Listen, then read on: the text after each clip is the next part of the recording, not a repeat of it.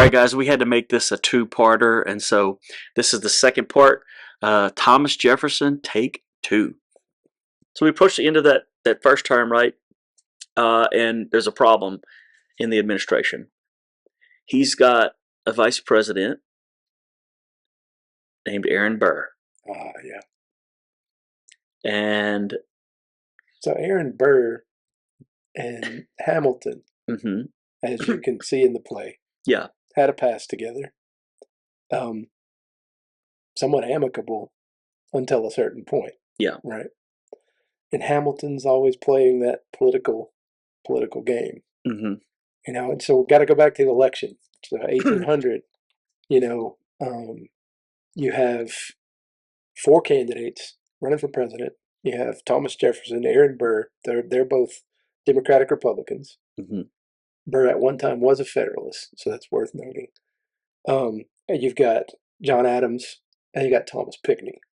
And those are the four candidates. The two Federalists barely make a showing. But Jefferson and Burr tie at, I believe it's 73 votes. Something like that. Now, they had passed the stipulation that you were supposed to designate whether you were running for president or vice president. Right. And Burr had put his chips into the vice presidency. Like he was running for vice president. Yeah. But when he realized that, hey, I got a shot at the big show here. Yeah. He is going to pursue it in Congress and make them vote on it. Yeah.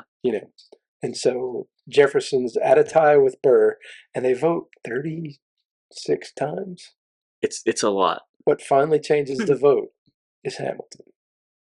Hamilton, the enemy of Jefferson, tells his constituency, cast your votes for Jefferson, because at least you know what he stands for. Burr stands for nothing. Which was a cold. It was a slight against him, obviously. Yeah, it was cold. And in that day, somewhat true, because Burr would do whatever the political winds were pushing, because he wanted to be in the room where it happens, if you will. However you get to power. Right. Which way is that? Right. Tell me what I need to believe. Tell me what I need to say.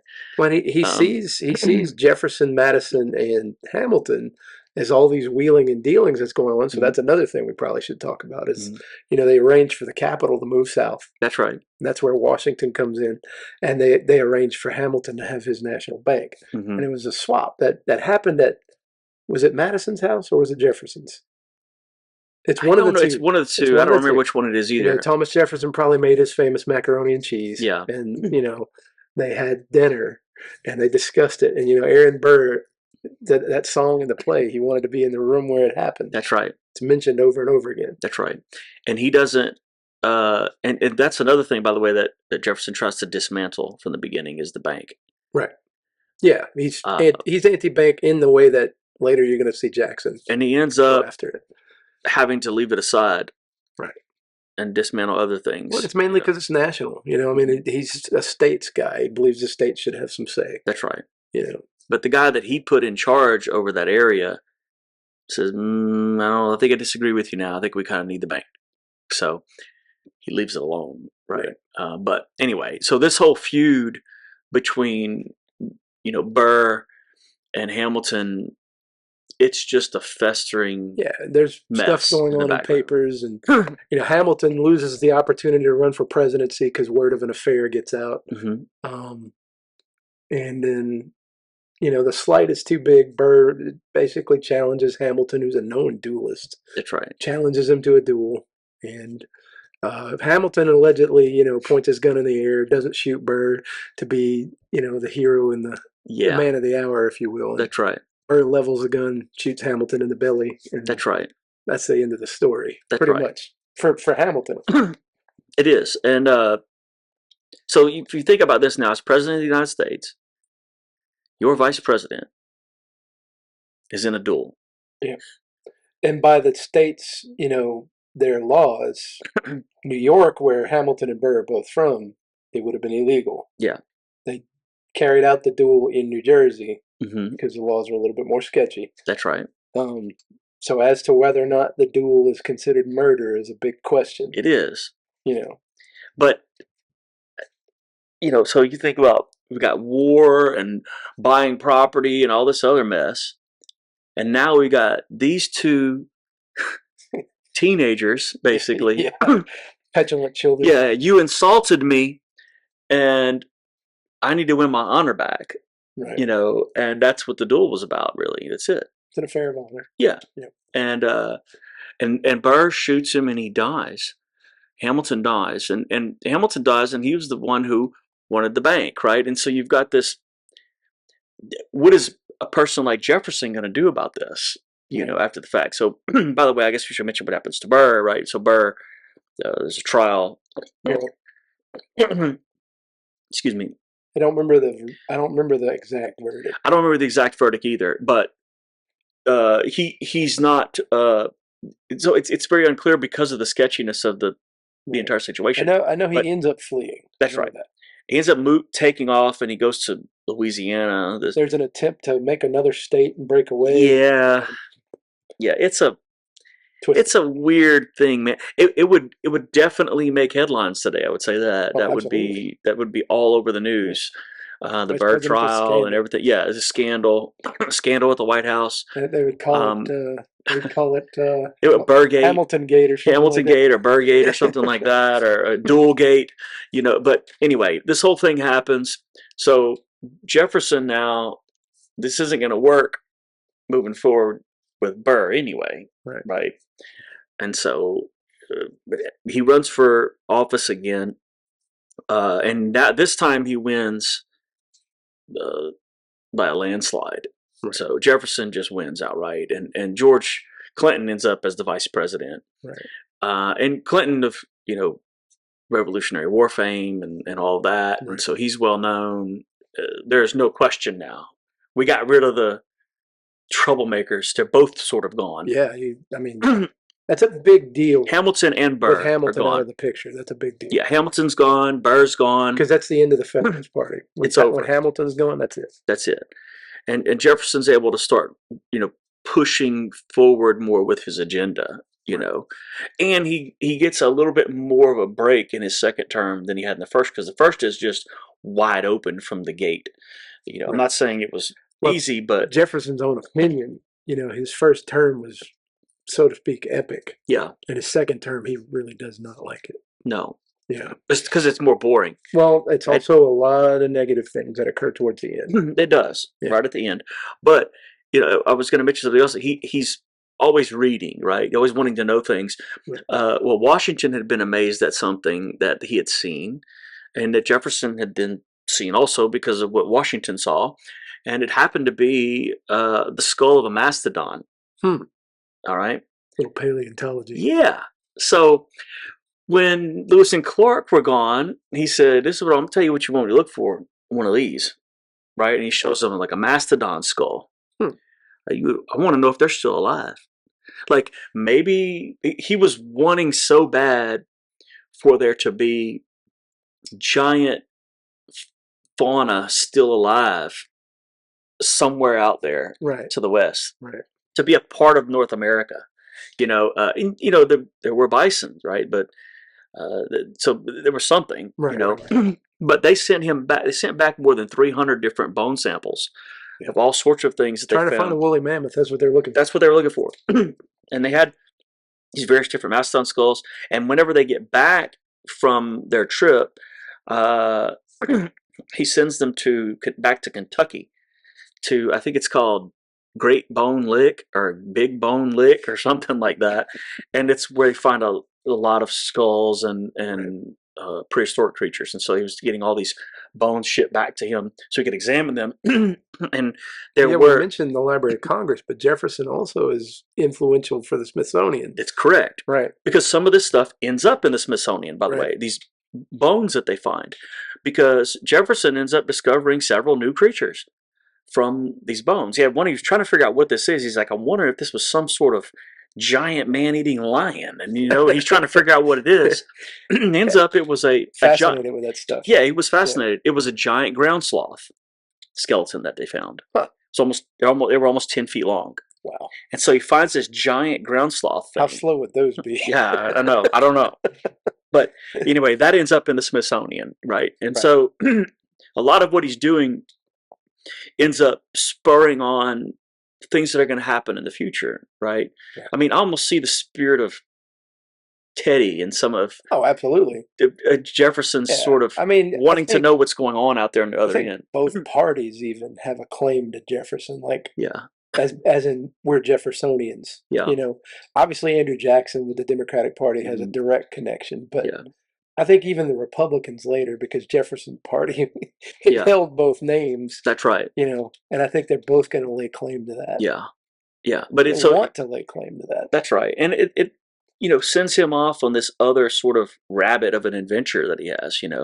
Of Well, he's our other Rushmore that we haven't talked about yet. So. that's correct. And you mentioned Teddy, so That's we only right. got one more to go after that. That's right. That's right. And yeah, so he's interested in what else may be out there, and so that whole discovery mode kicked into gear for him because Right. he couldn't help himself. I mentioned all the books that he had before, but he wanted to know as much as Right. could be known. He's reading connection to philosophers, Franklin. he's reading ancient people, he's reading current people, he's looking at everything. He and Franklin would have had a unique relationship in that because Because Franklin's an inventor and wanting to figure things out. and Jefferson in his own right had some inventions, and That's right. they would share things, and That's both ambassador to France, and so they're running into inventions over there, and there's a lot of connections. Yeah, I think so. I think so.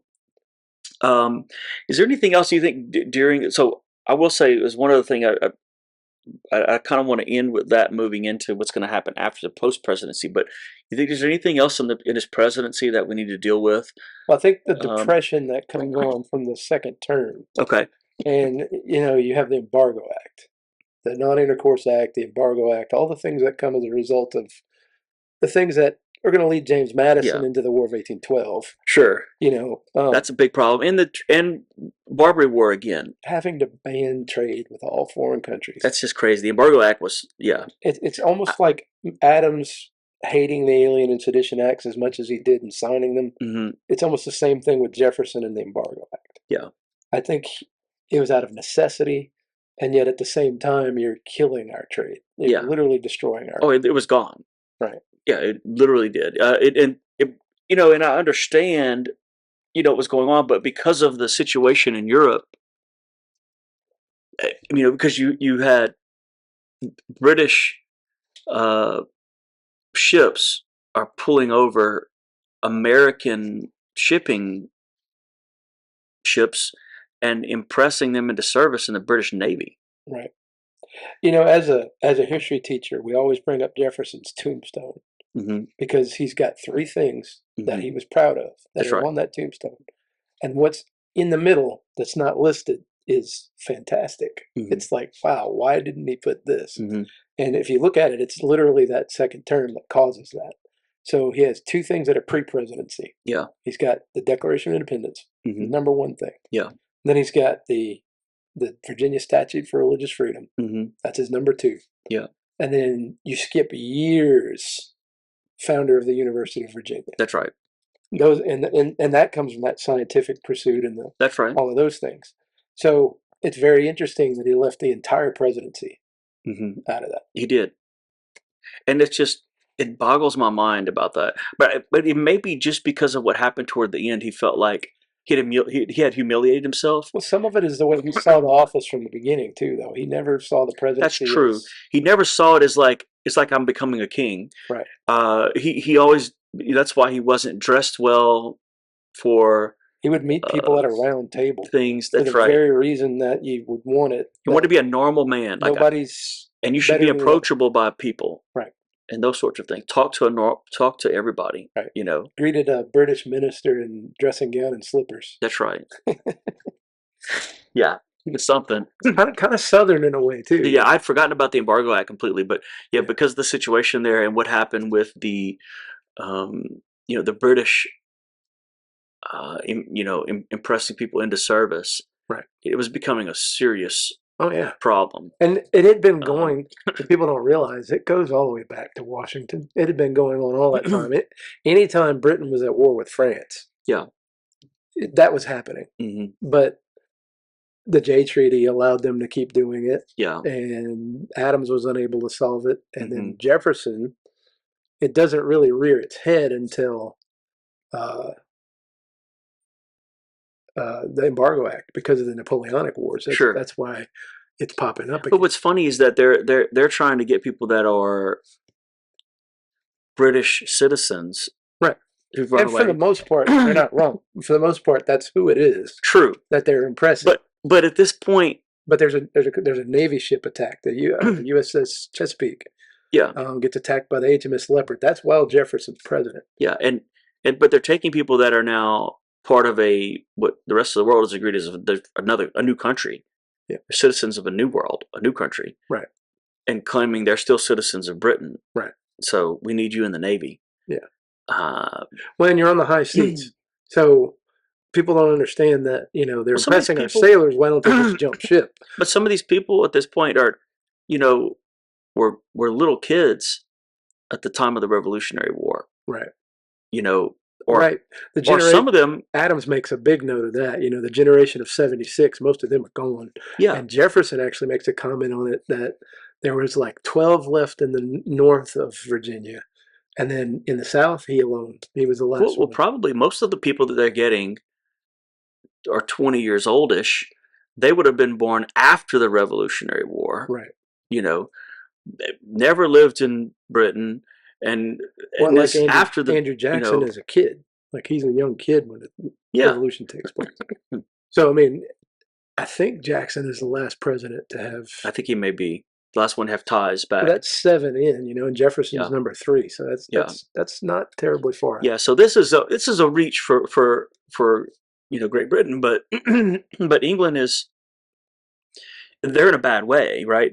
We got to get this thing done, and we need people. We got to stop Napoleon. Yeah, that's the whole thing. That's right. Yeah, and you end up with a coalition. Which is why, though, Jefferson wanted to take in, the Louisiana Purchase too, to get France away. Right. Because we don't know what they're planning to do. Yeah, we keep that problem off our shores. Keep that problem way back in the old world over there. We're not worried about Spain. They're not a problem. Right. And once he gets that, we're done with that way. We're looking this way now. We're moving on, right?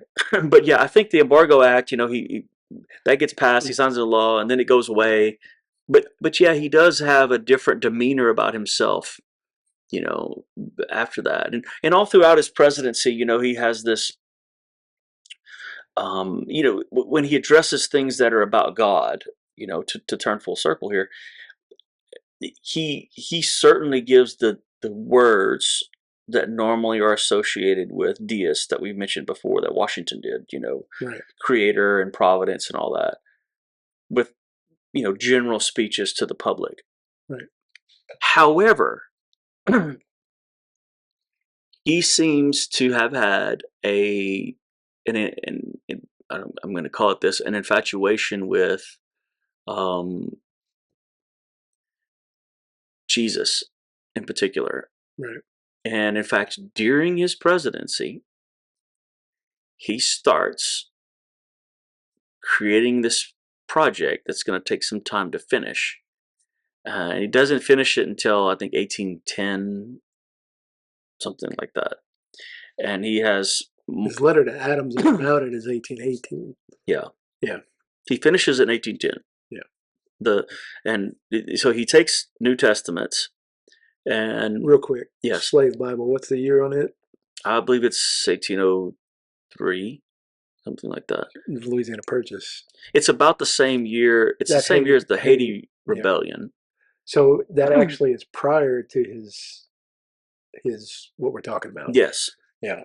That's prior to that. And so he embarks on an adventure, essentially. He had come to the point where, at least for much of his communication, says that he had rejected the doctrines of his youth, but he had seen within Jesus a philosophy that he thought was supreme to every other thing he'd ever seen. And let me pull that. So you can pull that up, and while there's in his letter, he's going to call Jesus a deist. Yeah, I know which one you're talking about. Yeah, yeah. It's kind of interesting. Let's see. Yeah, he said Jesus was a teacher of common sense, and he was primarily concerned with morality and ethical conduct.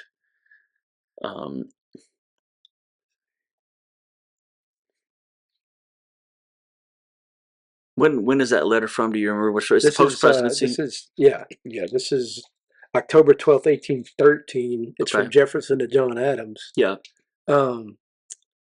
Just reading the first line of it, he said, "In extracting the pure principles which he," meaning Jesus, taught, we should have to strip off the artificial vestments in which they have been muffled by priests. And he goes on for a minute there. He gets down to the very words only of Jesus. Mm-hmm. And in here, he's going to say the pure deism taught by Jesus. Right. This may not be the exact place where I found that, but he does say, when you boil it down, there will be found remaining the most sublime and benevolent code of morals which has ever been offered to man. Mm-hmm. I have performed this operation for my own use by cutting verse by verse. Yes. Which I'll let you get into in a second. Yeah, and he literally does this. So he goes, he has a... Here it is. The result is a 46-page of pure and unsophisticated doctrines such as were professed and acted on by the unlettered apostles, the apostolic fathers, and the church of the first century. Yeah. So what he does is he takes several Bibles, so Greek, Latin, French, and English. Which would be the languages he was readily versed in. That's correct. Right. And he takes the same verses from all of them. By the way, you can go and look this up. The Smithsonian has this online digitally for everybody to look at, and you can just scroll through it. You can see the actual one that he made, not the facsimile. Copy, the one not the facsimile. It's the pasted pages, cut with a penknife, put into place. Correct. Yeah, you can go and look at that. Yeah. So it is in parallel: Greek, Latin, French, English. So page to page like that. And he takes all four of the Gospels and he cuts them out literally with a razor, with a penknife, right, and then pastes them onto new pieces of paper in the order that he thinks it should go. Right. And he removes from it any notion of what he regarded as superstition or miracle. Right. Anything that doesn't really have a scientific explanation. That's right. Right. But his goal, it looks like, was he was trying to take the principles that Jesus taught, right, and mesh them with reason. Right. Which, if you're thinking about this from an enlightenment point of view, which is what a lot of people were trying to do at the time, people like Thomas Paine and others too, they were trying to figure a way forward with what we know, those sorts of things. Right. But he was convinced that the gospel writers, the Apostle Paul, and the church had corrupted the words of Jesus, and he wanted to get back to the real Jesus. Okay, which we talked about John Dominic Crossan earlier, but right, the Jesus movement, the historical Jesus movement, really. I think even you would move towards Bart Ehrman is kind of pulling the same idea. Well, he's kind of doing that, but I mean, I'm talking about the pursuit of the historical Jesus in the sense of that movement. Right. I feel like it had the same kind of spirit. Because he still sees it, I think, in a religious sense. But that's the thing. I think Ehrman would disagree, though, that Paul gave us. He would 99%. He would disagree with some of that. Jefferson would be, no, he didn't. yeah. Jefferson would be opposed. Yeah. So he removes from it all of that stuff. In fact, the last line in it is that they put him in a tomb and they rolled a giant stone over the front of it. Leaving out the resurrection. The end. Right. It's over. But then he believes in a personal resurrection, or so to speak. He believes in an afterlife. He believes in an afterlife. Yeah. Now, what that constitutes, I don't know. Right. Because he did not believe that Jesus was resurrected from the dead. Specifically, does not mention it. So, if we're thinking about, traditional Christian doctrine, if you go back to, say, the early creeds, Nicene Creed, Apostles' Creed, all that, he would have rejected all those creeds. Yeah, we can't. There's no way. Even though he's talking about first century and apostolic fathers and all that sort of thing. He means by first century, he means like the people who are standing there, and he thinks that other people had to have invented all these doctrines about him. Yeah. And that Jesus spoke differently. Because he said things in some letters like, I know Jesus never said anything like that. Like somebody made that up. Like that's... Right. Well, any of the That's his mindset.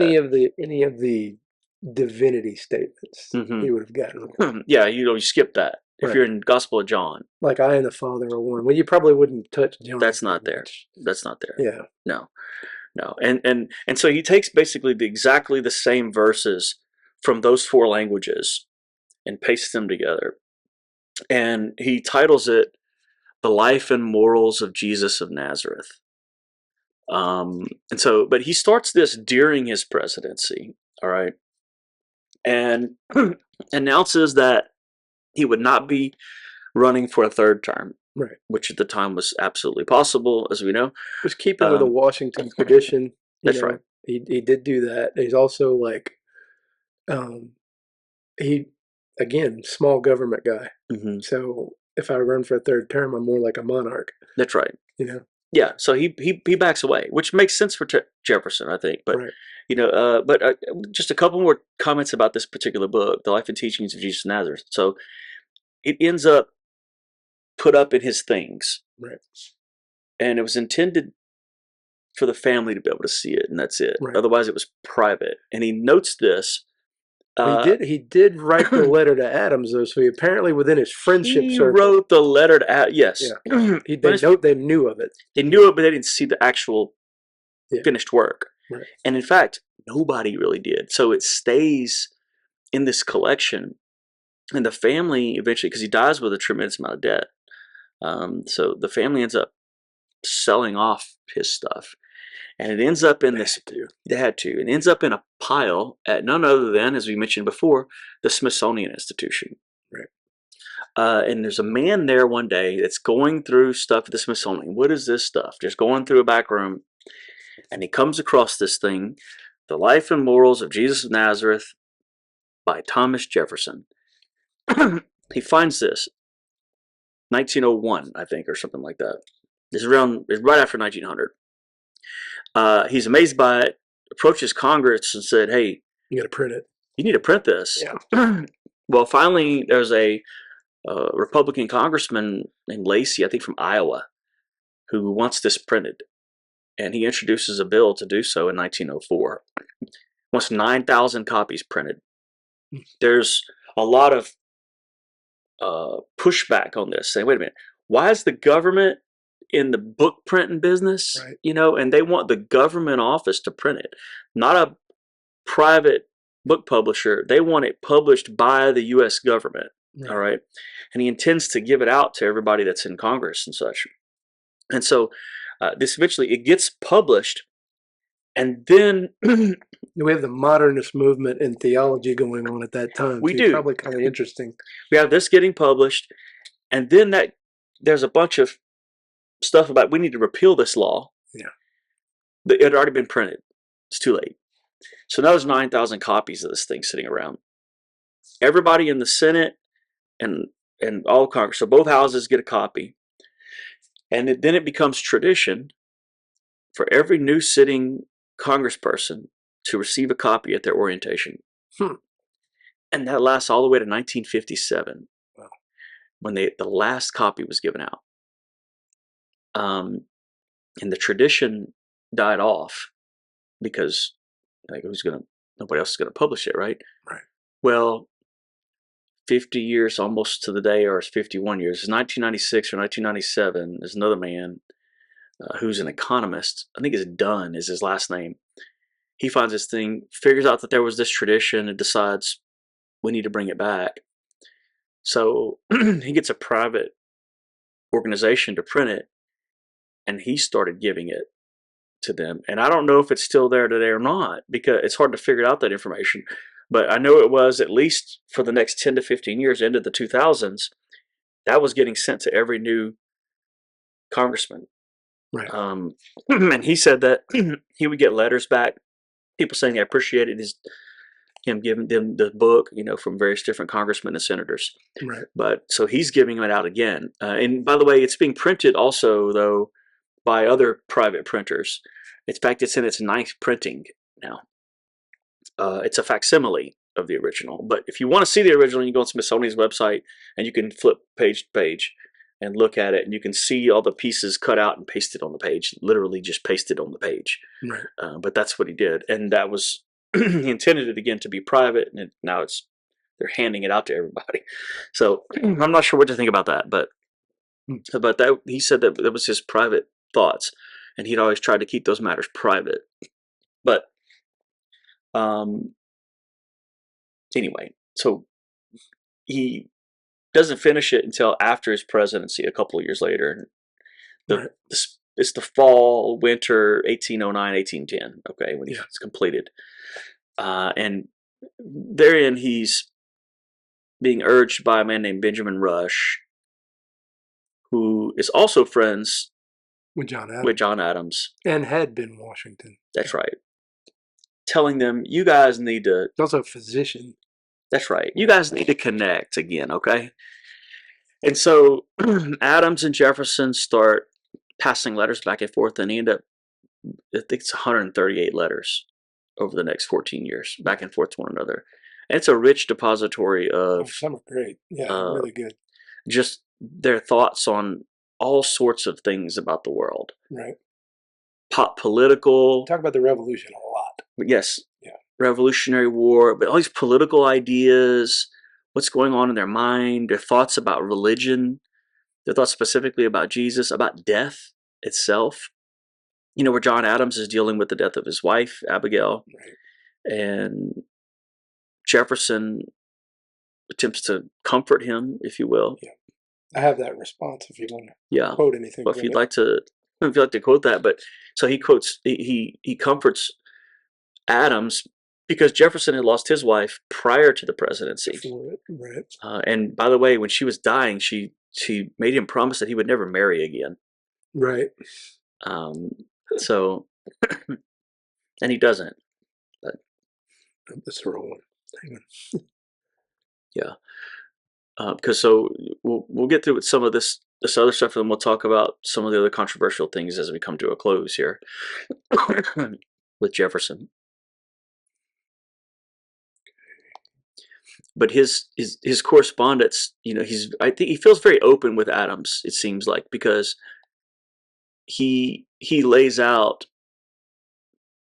you know, very personal beliefs about what he thinks about a number of different things, you know, and specifically notions about Jesus himself too, and all that. Are you? Yeah, this is the end quote from that one where he's responding to Adams's letter. Mm-hmm. In fact, that was Adams's first letter to Jefferson after their long period of silence. Yeah, because the election had caused a lot of pain, and they both kind of thought that each other had sabotaged the other, and so it was after Rush talked to Adams about, hey, you should inform Jefferson of your grief. Yeah, you guys could rekindle. Yeah, you know what you had, and towards the end of the letter, Jefferson says, he's talking about giving kind words and things, says, where words are vain, but that it is of some comfort to us both that the term is not very distant, at which we are to deposit in the same cerement our sorrows and suffering bodies,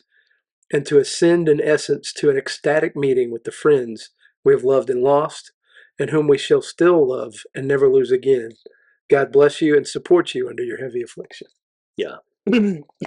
So he gives this, and that could have come from any Christian at the time. Sure. Essentially, what he just said. I mean, Adams would have fired something very similar right back as a Unitarian. That would have been his take on it. Yeah. And I think it does come off as both Unitarian and maybe even deist to a degree. Mm-hmm. But there are definitely some Christian overtones in that. Mm-hmm. The problem is no salvation in Christ. No. You know, that's the part that's Christian that you can't find. Well, so that's the thing. You have Adams with the belief that your moral and your character saves you. Right. It's not God's grace. Which is the same moral and character. That is literally the same thing. It's not that much different from what Jefferson's saying. But Jefferson is saying is to do those things. That those things are important. But he doesn't have in his language that would save you somehow. Right. But he does talk about... But you're going to be saved because you're being reunited. Yeah. Well, and I think if we think about, say, the modern Universalist church, Unitarian Universalist, right. that would be Closer to appropriate. that, right. I think Right. more so to Jefferson than to Adams. Well, and I think even there's a ringing of the idea that the gospel being written on our hearts and the whole, literally Jesus's moral teachings being part of the discussion. Yeah. You're missing the parts about us not being able to accomplish it on our own and that sort of thing. I did have a part where Adams was responding to Jefferson, and they were talking about the concept of total depravity. And I don't think either one agreed with that. No. But they did talk about how terrible the world would be without any sort of religion at all. There had to be some religion, some sort of guiding principle or compass, know, and they're both advocating for essentially the same thing. Yeah. Except I think Adams came along with a series of other beliefs and doctrines. Right. And I think at the end of the day, both Washington and Adams that we've covered so far, the final conclusion is yes, they are in some way a Christian. I think with Jefferson, it's a stretch. Yeah. With Jefferson, I love him for his politics, and I love some of the things that he had to espouse in that direction. So much wisdom. Yeah. But at the same time, I think on this note, he may have missed things. Well, and he ends up very, friends with the man named Joseph Priestley, right, who Adams had become, who didn't like. He and Adams didn't get along, but Jefferson ended up getting along with him quite well. And he enjoyed some of his writings because he was also a fellow inventor, reader. He wanted to discover new things. And he wrote a catechism for the Unitarian Church. And I think they found in it some sort of common ground because Jesus said that he wanted to live out the principles of Jesus in his life. Right. And Priestley basically tells him, well, that's essentially what Christianity is. And Jefferson responds, well, and I guess I'm a Christian, right? It's sort of that that idea. And then he later goes on to say, very specifically, where is it? I was going to try to quote it exactly. Where he says that he was the pure, he was the pure Christian. Yeah, he says, I'm a real Christian. That is to say, a disciple of the doctrines of Jesus. End quote. Right. That's what he literally said. And so, from his view, if I embody the same things that Jesus embodied and I speak the same things that Jesus spoke, that makes me a Christian. Right. And so I'm not sure what to do with that. You know what I mean? Like, if I know this is weird. You're trying to classify somebody else. It's just kind of, and we're coming at it from that Baptist standpoint where we're moderately Calvinist, and we have the view that someone has to have. What does he have that kind of faith in? So he was essentially rejected. I think the argument at the doctrines end of the day about Jesus, is Christology. I mean, I think that's where we're going to come down. Is all of these folks, their Christology is lower than where we expect it to be. Well, because I feel like, at least traditionally anyway, classically, if for somebody to be a Christian, you have to generally at least agree with the early church creeds, the resurrection, or at least like the the Nicene Creed, something along close to that, and he explicitly rejects those. Yeah, which would, from my standpoint, and I think from many people today, would say that makes you outside of that fold. But that's also, someone who's making rules from their particular worldview. I don't know. So, I mean, the congregational churches would have thought the Baptist people in their day were outside of that fold too. Right. So I don't know if this is like... We do agree with Nicene Creed, and sure, we're non-creedal, but... Yeah, but I would agree with... yeah, sure, but you can sort of affirm the doctrines there, but I don't know that... In other words, the way that some of the denominations lived out their faith, they wouldn't have agreed with the congregational churches there, the Puritans. Right. And there's a lot of people today that wouldn't have agreed with them either. And they wouldn't have agreed with a lot of other people and would have said that they were not Christians. Right. They would have said Catholics weren't Christians, even though they would agree with the creeds. So it's almost it's a weird thing to say whether somebody's there. It's almost, I almost classify him like sort of like a Christian deist. In other words, where you have to go with it. I mean, I don't know what else to do with that. Because he clearly believes there is a God. Sure. That's there. That never goes away. The rules, though. But it's more in the sense he has the issue. He agrees that there's a God, but it's more in the sense of the watchmaker God. But benevolent in a way. He is benevolent, sure. That afterlife, and there's an afterlife and all that. In a positive sense. But he doesn't normally interfere with the ways of man. I think Jefferson would be in line with folks today that say there's no hell. I think he'd certainly be in line with that. I think he would fit with that. I think he would. The afterlife would be something like you'd be reunited with associates and things. Yeah, I think that Adams and Jefferson actually could probably, in a modern Unitarian Universalist church, they'd be okay. Right. Like they might not agree with everything, but I think that they would. There's a little bit more Christ present in Adams's theology, though. I do too. Yeah. But I'm saying that I think both could still fit in it. Yeah. I think Jefferson would tolerate some amount of doctrinal things. Like I said, he gave money to churches. He was helping missionaries. He was such a good friend of John Leland. I don't know John Leland's particular brand of baptism. John Leland, is that classic sort of Rhode Island kind of Baptist. It was very evangelistic. Yeah. He just did not think that the government should have any. So you would say high Christology, though. Yeah. Yeah.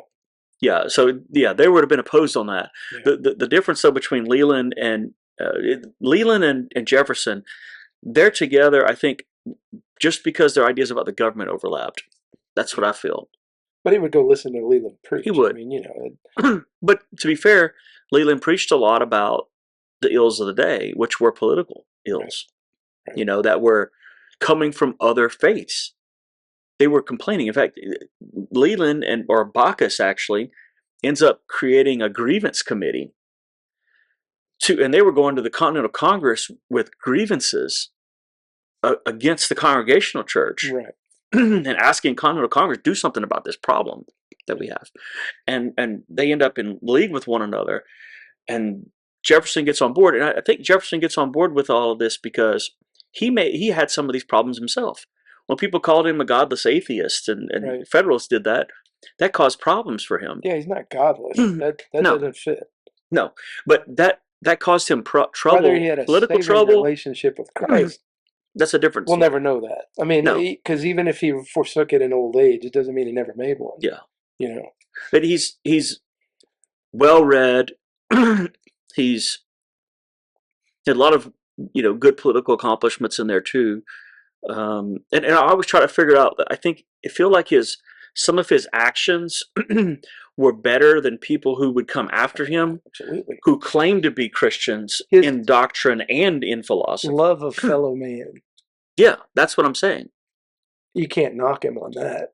I mean, at the end of the day, if we embrace that love is the greatest, I think Jefferson had few enemies in that respect. I hate to do this, but if you look at, like, say, Jefferson and Jackson, yeah, I mean, come on, they're not the same people. No, but I think Jackson gets maligned a lot in some places. He does get maligned a lot, but still, I mean, his actions. If you look at, he didn't in his speech or in his actions, like it didn't espouse the same kind of character, I think, that Jefferson did. Right. Where Jefferson said, "Look, I don't agree with this philosophy or these doctrines, but I do have this philosophy in the way I ought to live.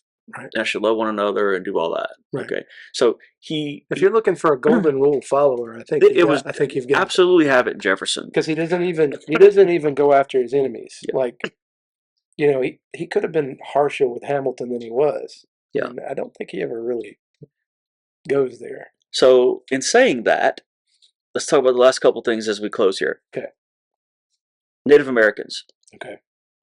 What do we think about Jefferson's interactions, because we've talked about that with previous administrations, and we are moving on a certain trajectory at this point. I don't think he's the catalyst of their downfall. Like, I don't think think we he is could either. paint that light, but I don't know that that's the case. I don't think so either. I do think, though, that the Louisiana Purchase and the agrarian idea pushes people in that direction, but I don't think that he saw, of course, to be honest, I the don't outcome. I think most people would label Jackson as that. Sure. And honestly think that comes a little later. I think you're going to look at Polk. Oh, it's going to be worse later. Yeah. Yeah, I think you're going to, if you want to know who the demise of that issue. Yeah. Yeah, it's going to be later. Destiny and Polk. It's definitely going to be later presidents. But so Jefferson, then, do you think? I think if he could have figured a way, right? He is thinking about this assimilation idea, right? Not in a negative way. No, not in a removal, because he actually says specifically that he thinks that the Native Americans are not inferior to the European. Right. He says this specifically, where others did not affirm that. Yeah, which interesting position for the slavery side of things. Yes. All men are created equal. Yeah. He means it. Yeah. That's the thing that people need to realize is he actually meant it. And he says specifically these Native Americans, people that were already here, they're not inferior to the European. They're only inferior in culture and knowledge. Right. And by that he meant, science, inventions, these sorts of things, these ideas. They don't have the tech. They don't have the tech. Right. That's it. If they had the technology, they would do the same things that we do. Right. That was his view, and he saw that with no problem. Well, and to give credit to that, when we designed the Constitution, the Iroquois, which is the French name for Haudenosaunee, I don't know how to pronounce it properly, but that confederation, that a lot of our design, our three branches, and it pays into that. We got that from Native Americans. Yeah. Well, we got some parts from there, but we certainly didn't get everything from there. No, not everything. I mean, because obviously women would have a better. They would have a better position. They would have a better position for sure. But I think when we talk about Jefferson, I think Jefferson, all men are created equal. Men means human. Yeah. I think so. It doesn't mean male. Yeah, because so a lot of his writings, he's writing in a way that, it's inclusive. Insinuates it. Right. It's inclusive in the way that he writes, and he did this for people. No matter what they believed, he was fine with it. He thought there should be a free exchange of ideas, which is why he was so interested in the press. Right. How does it go? It neither picks something or breaks my bones. Yeah. Worship one God or 20. That's right. Yeah. He didn't care. Yeah. He didn't care. You do what you want. But okay, and there's not really any. I'm trying to recall particular military actions against Native Americans during his tenure as president, and I can't recall. I think there's more during Washington. I think so too. And then the War of 1812 is going to renew. Yes. That. So during Madison's term, you get the Creek War and all of those. That's things. Right. Yeah. There's stuff brewing, right, for sure at this moment, but I think Jefferson is sort of hoping things will work out, and he kicks the can down the road. Essentially, it'd be interesting when Tecumseh starts his attempt to create his own united tribe. That's right. That's when that really starts to. When they realize this isn't going to stop. Right. Well, yeah, and they're like, "Hey, we've got to get rid of this so that we can continue." Yeah. And it becomes a culture struggle. That's right. But I think Jefferson carried on what Washington did with that, continued the treaty-making process. He sends Lewis and Clark out. They call him the Great Father, so to speak, because that's how they would treat a chief. That's right. And so he's meant to be the over-chieftain, if you will. So what about slavery? This is where we'll end it with him. This is where I want to pull my hair out. Almost pull a whole PowerPoint. I know, and I don't know. We can't do that, but I.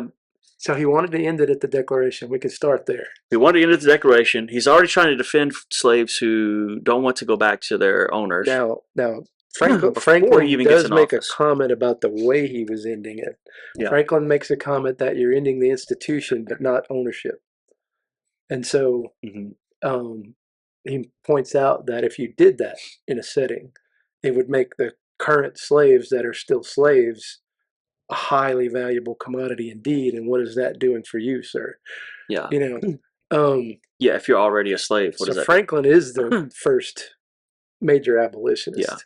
Well, and that's the other thing, that the people that were in his ear, both Isaac Backus and John Leland again. Right. So the last sermon he preaches before leaving Virginia and going back to Massachusetts is an abolition Right. Which makes total sermon. sense, right? So and he's in the ear of Jefferson. Right. And I don't know how many Quakers would have been in connection with Jefferson, but they were making moves towards abolition. Oh yeah, for sure. Right. But yeah, both Bacchus, I think that of the group, the Baptists at the time were anti-slavery. Right. They're your progressives of the day, yeah, so to speak. I mean, even in they were a newer. circuits. It was a newer faith still. Yeah. And trying to find their way, and they were the minority, so they're trying to fight their way out. They knew what it was like to be oppressed, right. in a way. Now, they weren't slaves, obviously, but they knew what it was like to live under oppression. Right. And so they're trying to come out of that, and I think they're thinking about it from that point of view. Right. So they're certainly trying to instill that. You know, as far as dealing with Native Americans, kind of to double back for a second, Roger Williams, Yeah. of course, paid them fair price for the land. Yeah. And he didn't believe in cheating them. Yeah. You know, so that's got to carry over a little bit to your Baptist preachers. Well, it does. Isaac Backus claims to have he says his two of his spiritual forebears were Roger Williams and George Whitefield. Okay, that makes a lot of sense. So yeah. Those are the people he was reading about and thinking about as he practiced his ministry. That's what he said. And Leland's of a similar cloth. And Lemer, that's correct. Right. Leland is a similar cloth to that. And so, but even more forceful, I think, than Bacchus was. More outspoken. More outspoken. Yeah, that was Leland. So, anyway, so now slavery, Jefferson personally, right, he ended up with almost 600 slaves over his lifetime. Now, he doesn't have, he didn't go purchase 600 slaves. Right. Now, there are accounts of him purchasing some. He does. Yeah. Okay, so they're not all inherited. No. So he inherits some from both sides of the family. I think what that is. And some of them have children, and all that ends up being 600. Is Jefferson realizes the system is wrong, but as long as the system exists, he lives and operates within it. Yeah. And I think that has something to do with that. I mean, he already owned slaves. He couldn't get around that. He inherited a bunch. He doesn't know what to do. He inherits a lot. I think it's like 150 from his wife's side, but then those 150, 2 generations in, that's a lot of people. Right. So that's why he ends up with so many. And then he's involved with like we said, he purchased some. I think he purchased like 30. He may be looking at that as not only to help his plantation, but probably thinking they're better off on my plantation than they are on somebody else. He may have been, because here's the other thing. He's also speaking against the treatment of slaves on other plantations. Right. And now, he wasn't known to be devoid of punishment, though. No. That's the only thing that's a foul. That is the problem there. Yeah. He's like, well, if they, if they're not going to do what you tell them to do, then I guess you got to whip them. Yeah. Right. And then he does, or have somebody else do it, but he did do that. Yeah. At some he point. would be an early planter with lots of slaves and kind of the role model for the future guys that are going to be doing that. And then he ends up, at the same time, speaking about the freedom, like we talked about all the way from the beginning of his tenure.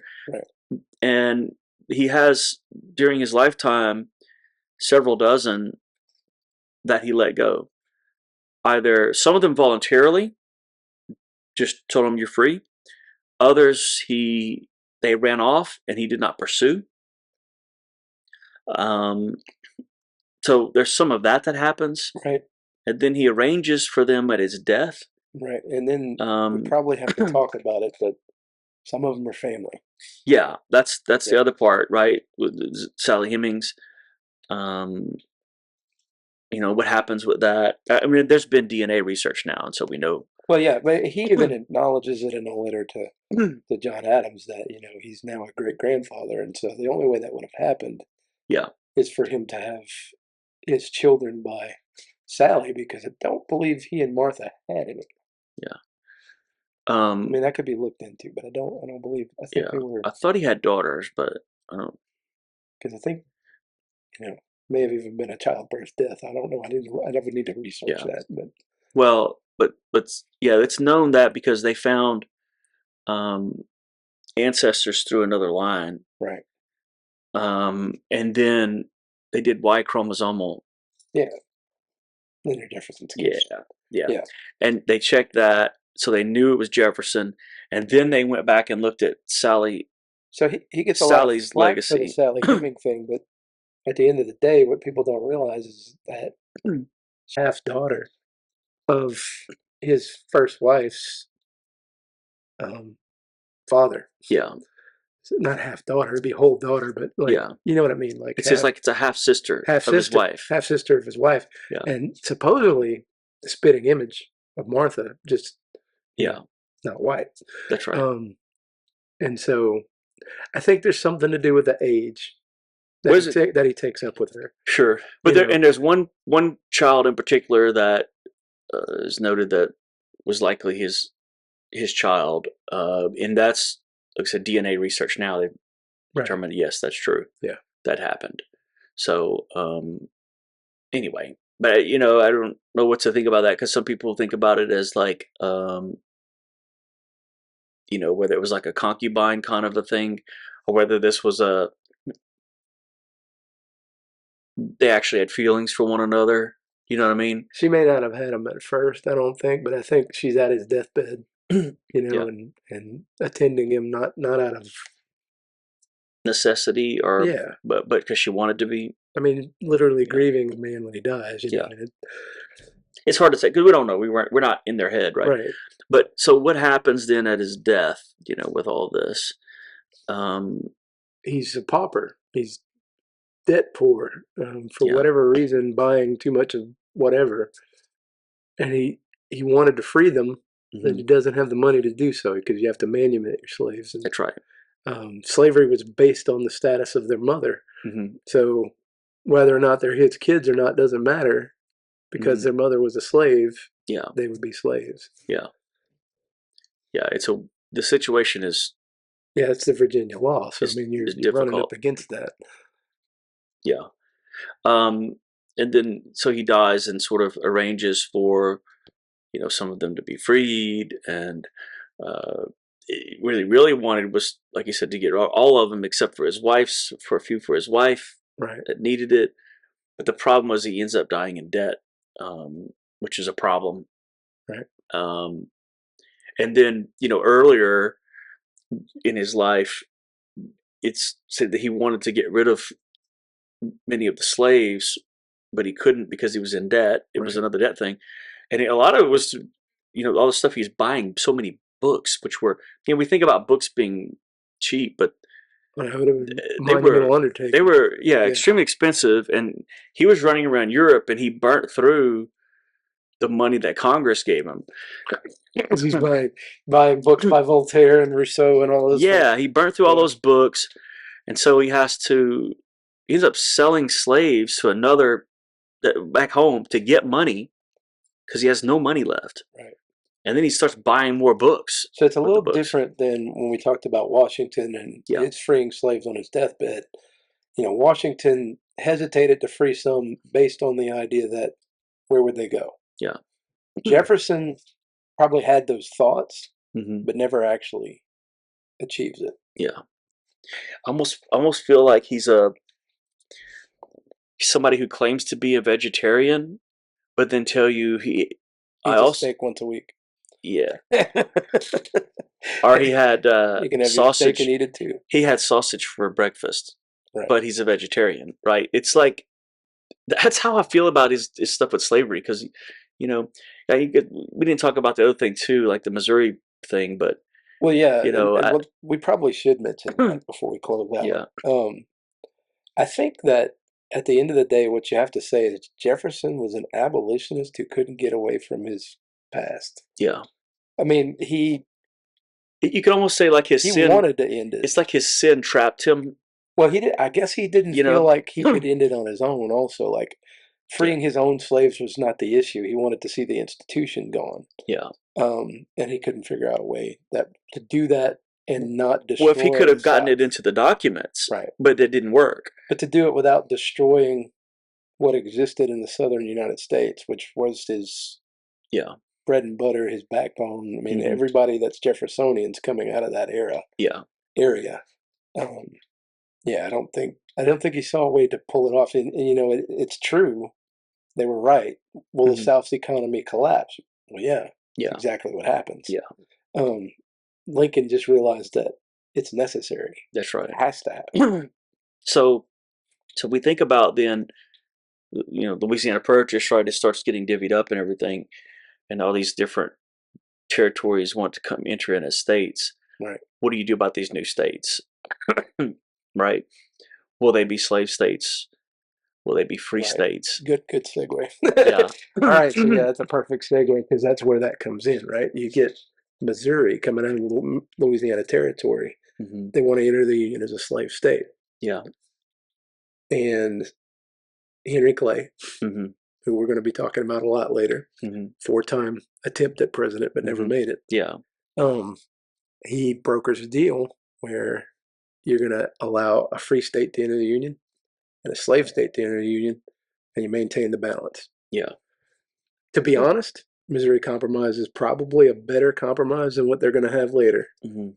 They keep changing it though. They keep Yeah. rewriting the playing field. So keeping the balance kept pretty much everybody content.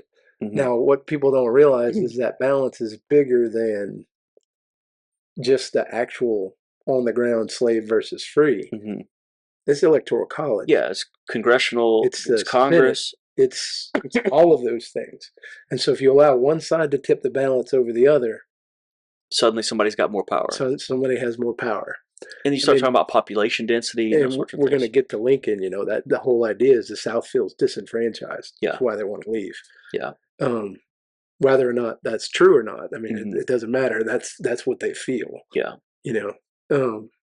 And so Jefferson is quoted when hearing about the Missouri Compromise because he had 6 more years of life after that. Yeah.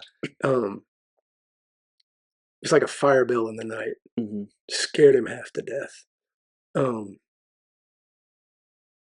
To understand why that scared him so much, right, is that the issue, I think, the issue is perpetuating itself by keeping that balance.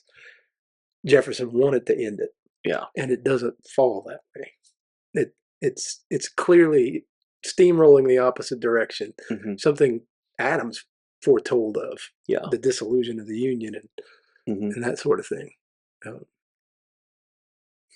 It's basically been this can since the Declaration, the first Continental Congress, even, Yeah. and they've been kicking it down the road. And And the Lincoln ends up having to deal with it. Lincoln has to deal with it. And really, that was unavoidable. Yeah. There was no way around that. Hmm. If they had done something like Jefferson intended, it sure would have crashed the Southern economy, but they may have avoided 600,000 casualties and Yeah.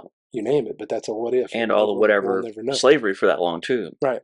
You know, for another 100 years. Right. Basically. So 87. yeah. Yeah. So 4 score and 7 years. yeah, that's right. So then Jefferson, you know, was not happy, like I said about the Missouri Compromise, but you know, and that tells you something about, you know, does that really tell you about what he thought about slavery, or does it tell you more about what he thought about the union in general. Union, yeah. I think that has a lot to do with the Southerners beginning to put the states' rights issue and the slavery issue together. And I think that bothered him.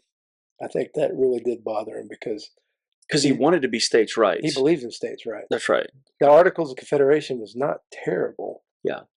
Constitution is better, but it needs to be frugal and meager and not overstep its bounds. Yeah. You know. And I think the Missouri Compromise is Congress perpetuating. Yeah. You know, what was already there. Interestingly enough, Henry Clay, Democratic Republican. Yeah. Actually, wait, did I get that right? Clay a Whig? I don't remember what Clay was. I thought he was a Democratic Republican. I think he's a Democratic Republican, and then when Jackson creates the Democratic Party, he switches over and becomes a Whig. That's right. Yeah. Yeah. So the writing is on the wall, as you said, for the big battle that's going to come later. You know, all these different presidents thought that maybe they would figure something out to hold the Union together. And when they're talking about holding the Union together from the beginning, it's because of the division that already existed from the start. Right.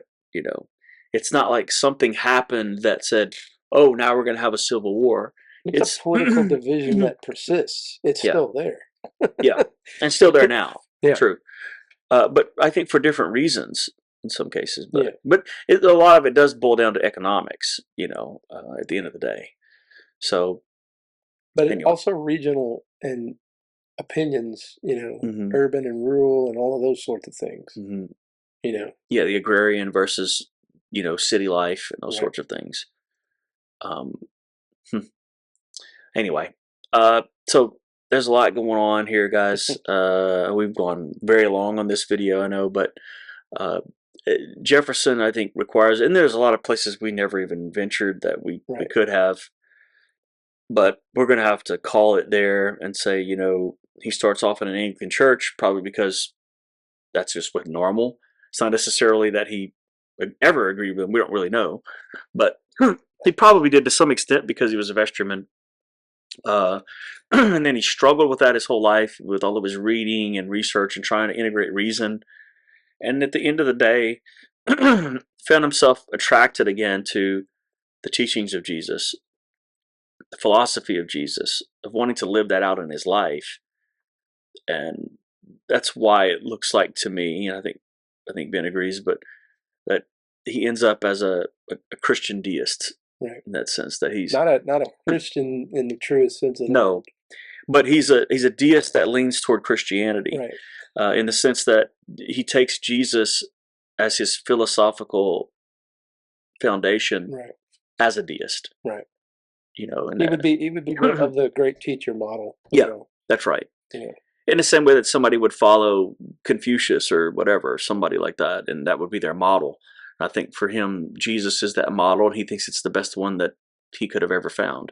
Right. You know, and he did a lot of reading and whatever, and that's where he ended up. But nevertheless, his decisions and the way that he conducted himself as a president, and for that matter, within the documents that are the framework for the United States, he sets up the future on a particular path, you know, and lays the groundwork for a lot of things that exist that are, a lot of them very positive and others that are negative. There are things that he doesn't deal with that he wishes he could, I think, but he just never made the decision to do it. And I don't know what that is like to carry that mantle, you know, of leadership, what that feels like. But we know at the end of his second term, he's depressed about the decisions that he's made and the position that he was in. Adams left unhappy also. You know, I think if you do rankings, presidential rankings, Jefferson's always going to be... He's near the top. Near the top. Yeah. You know, people don't let him top Washington, but to be honest, in the philosophies of being American. Yeah. I think Jefferson, he embodied that American ideal, that spirit of free enterprise and go get it. You get that egalitarian from the French Revolution that you you need to have that. Some of the founding fathers don't. They just Yeah. don't have that. And he, and the other thing is that he has this ideal. This I want to end on this. I think it's perfect for him. He ends on an ideal that he could be friends with and talk to anybody. Yep. He has John Leland delivering him cheese. A Baptist John, preacher, he's willing to sit and listen to him preach, even though they don't agree doctrinally. He fights the revolution, is not on the side of the monarchy in the French Revolution, but remains friends with the Marquis de Lafayette his whole life. And even after the presidency, he comes to visit in Washington, and he makes his way over to Monticello and visits with Thomas Jefferson. They remain friends. And also, by the way, during the revolution, as another little rabbit, Jefferson had a place in Paris that the Marquis, he told the Marquis to go to if he needed to. And Marquis de Lafayette had meetings inside of that place. Right. There's some illusion that when the Marquis de Lafayette brings forth the Declarations of the Rights of Man during the French Revolution, that it happened at his place. And not only that, he got some of the lines from Jefferson himself. And he could have. So, so he has, irons in the fire all over the place. He's trying to be, I think, as fair as he felt like he could be to as many people as possible. And the outcome at the end of the day is that some people are going to be let down, and that's where it is. But he tried to be as fair as possible and establish something that would outlast him. And I think the Constitution begins with "we the people." Yeah. And I think Jefferson understood that better than anybody until Lincoln. I agree with that. Of course, Lincoln is a product of Jefferson and he is. Washington. He reaches back into Jefferson's spirit in that sense. Yep. To accomplish what he does later. And so he certainly left a legacy behind him, that penetrated to this day. And this is why people wanted to print something that he wrote or that he created even 100 years after it had been created, just to make sure that other people knew what Thomas Jefferson was thinking, because he was such an integral member and part of the founding of this nation. And I think the second paragraph is the greatest paragraph in the whole English language. So, yeah, arguably, that's right. It flows. It does. Yeah, it does. So we're going to call it there, and we're going to move on from Thomas Jefferson, and we'll be moving on through the whole list of presidents, guys. And so we'll see you guys next time. Thanks for watching.